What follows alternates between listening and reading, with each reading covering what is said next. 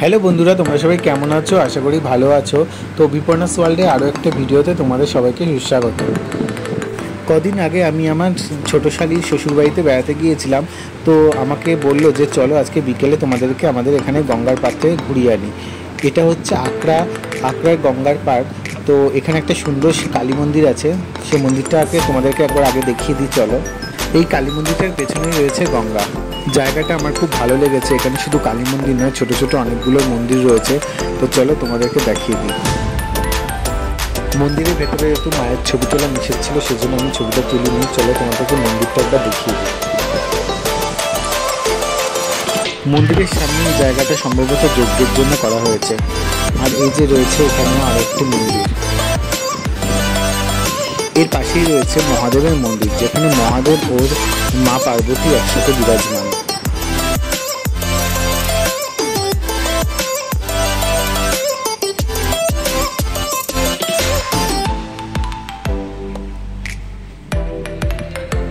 পাশের এই মন্দিরটা হচ্ছে রাধাকৃষ্ণ মন্দির।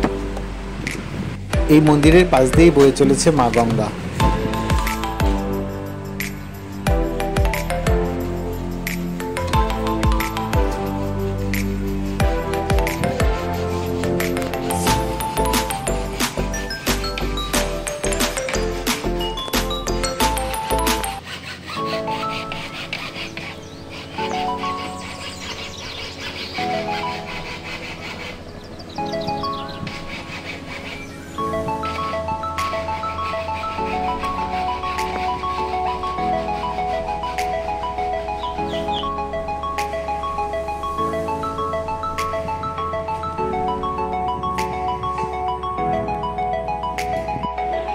এখন আমরা মন্দির চত্বর থেকে বেরিয়ে চলেছি গঙ্গার দিকে।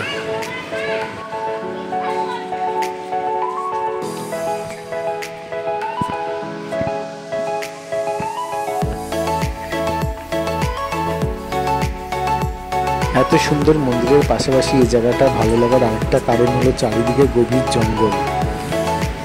মন্দির লাগোয়া এই সরু রাস্তাটা চলে গেছে একদম গঙ্গার দিকে।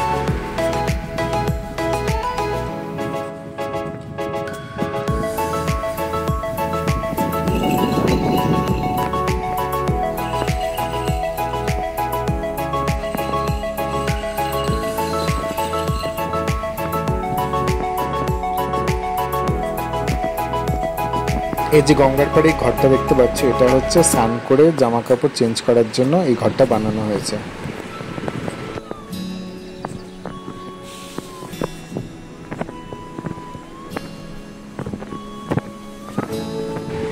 ওরা সবাই অলরেডি গঙ্গার পাড়েই সবাই বসেছিল, ছবি টবি তুলছিলাম। যেহেতু ব্লগ করছিলাম এই জন্য আমি একটু পেছনে ছিলাম।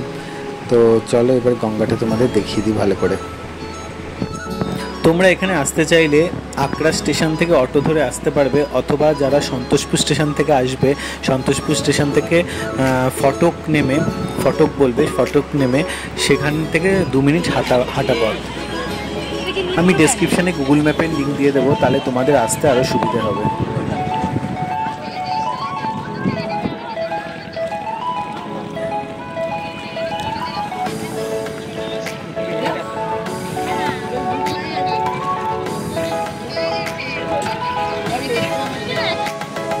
আমরা বিকেলবেলা যখন গঙ্গার পাড়ে গিয়েছিলাম বেড়াতে, তখন জোয়ার এসেছিল, যার জন্য আরও সুন্দর লাগছিল গঙ্গাটাকে।